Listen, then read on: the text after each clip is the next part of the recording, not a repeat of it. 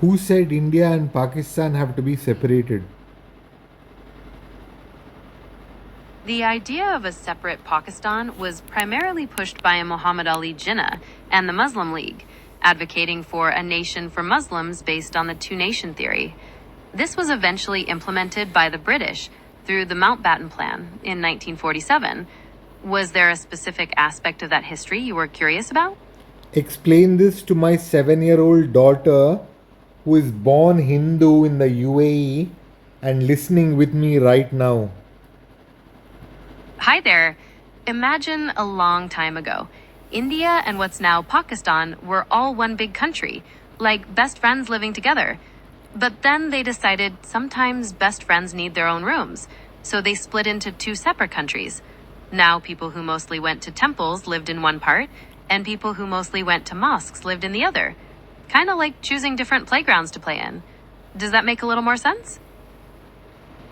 Yes, please explain little more about the history starting from finding the sea route to India about 500 years ago, setting up of the East India Company, India's fight for freedom, and the Sanatana Dharma.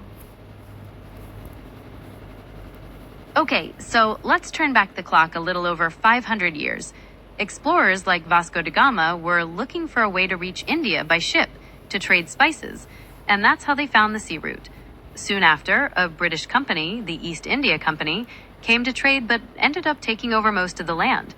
Indians fought back for their freedom for a long time, using peaceful ways like Gandhi's, and finally got it in 1947. And Sanatan Dharma, which you mentioned, is the real name for Hinduism. It means eternal law, and it's about believing in one big truth that's part of everything. Does that fill in some of the gaps? Yeah. Can you explain to my daughter some intersections of Hinduism and Islam that are poetically described in Sufism? That's a really beautiful way to look at it.